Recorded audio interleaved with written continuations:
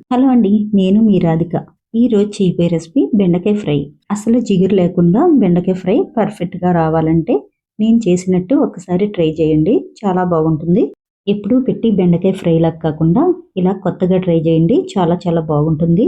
వేడి వేడి రైస్లోకి చాలా బాగుంటుంది, అలాగే సాంబార్లోకి రసంలోకి కూడా చాలా బాగుంటుంది. నా వీడియో చూసే ముందు ప్లీజ్ ఒక లైక్ అయితే ఇవ్వండి, ఇంకో కొంతమందికి రీచ్ అవుతుంది. నా వీడియో గనుక మీకు నచ్చుంటే ప్లీజ్ సబ్స్క్రైబ్ కూడా చేయండి, ప్రతి వీడియో మీకు వస్తుంది. బెండకాయలు అయితే ఒక అర కేజీ తీసుకున్నాను నేను. బెండకాయలు అయితే శుభ్రంగా కడిగి బాగా సన్నగా కట్ చేయకూడదు, బాగా సన్నగా కట్ చేస్తే బెండకాయ ఫ్రై చేసేటప్పుడు జిగురు వస్తుంది. ఇలాగే ఈ సైజులో కట్ చేసుకుంటే మనకు జిగురు అన్నది రాదు.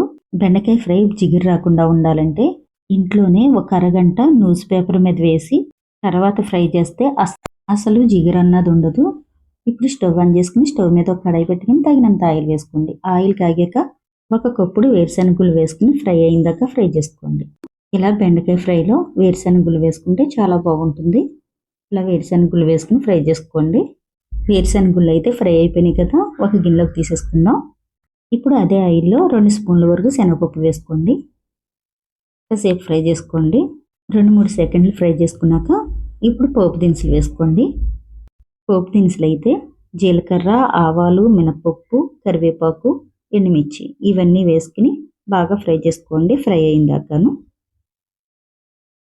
పోపు దినుసులన్నీ ఫ్రై అయిపోయినాయి కదా, ఇప్పుడు ఆనియన్స్ వేసుకోండి. ఆనియన్స్ బెండకాయ ఫ్రైలో వేసుకుంటే సూపర్గా ఉంటుంది.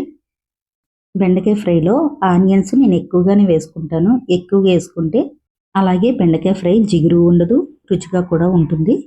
ఆనియన్స్ కొంచెం ఎక్కువసేపే ఫ్రై చేసుకోవాలి. ఫ్రై చేసుకున్నాక కొద్దిగా పసుపు వేసుకోండి. ఆనియన్స్లో ఒకసారి పసుపు ఫ్రై చేసుకున్నాక ఇప్పుడు బెండకాయ ముక్కలు వేసేసుకోండి. బెండకాయ ముక్కలు కట్ చేసుకున్నాక ఒక అరగంట అలా వదిలేసారంటే బెండకాయలో తడంతా ఆరి బెండకాయలో జిగురంతా పోయి బెండకాయ ఫ్రై పొడిపుల్లాడుతూ ఉంటుంది. బెండకాయ ముక్కలు వేసుకున్నాక ఎక్కువగా ఫ్రై చేసేయకూడదు, ఎక్కువగా అంటే గరిటెతో తిప్పేయకూడదు. ఇలా స్లోగా తిప్పుతూ ఉండండి. ఇలా స్లోగా తిప్పుకుంటే జిగురు రాకుండా ఉంటుంది. ఒకసారి గరిటెతో అలా తిప్పేయకుండా 2-3 నిమిషాలు ఆగి మళ్ళీ తిప్పండి. అలా 2-3 నిమిషాలు ఏగనిచ్చి తిప్పండి. బెండకాయ ఏగుతూ ఉంటుంది. ఇప్పుడు మిక్సీ జార్ తీసుకోండి. కొద్దిగా కొబ్బరికాయ ముక్కలు వేసుకోండి. 1 స్పూన్ కారం, కొద్దిగా ఎల్లుల్లిపాయ రేకులు ఇవన్నీ వేసుకున్నాక కొంచెం పొడిలాగా మిక్సీ పట్టుకుని ఓ పక్కన పెట్టుకోండి. బెండకాయ బాగా ఫ్రై అయిపోయాక ఇది వేసుకుని ఒక 5 నిమిషాలు 10 నిమిషాలు ఫ్రై చేసుకుని తీసుకోవాలి, అప్పుడు బాగుంటుంది. బెండకాయ జిగురు రాకుండా ఉండాలంటే మీకు 3 టిప్స్ చెప్తాను.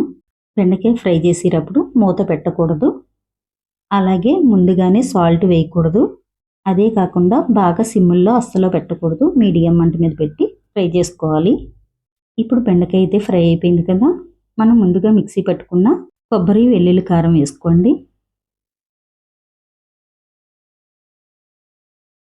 ఇలా మొత్తం వేసేసుకున్నాక ఇప్పుడు తగినంత సాల్ట్ వేసుకోండి. తగినంత సాల్ట్ వేసేసుకున్నాక ఇప్పుడు ఫ్రై చేసుకోండి.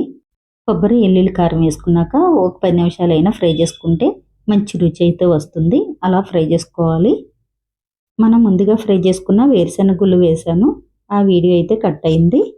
అవి కూడా లాస్ట్లో వేసుకోవాలి. ముందుగానే వేసుకుంటే వేరుశనగలు అయితే మెత్తబడిపోతాయి, ముందు వేసుకోకూడదు.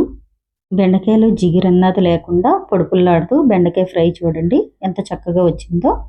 ఈ విధంగా చేసి చూడండి, సూపర్గా ఉంటుంది.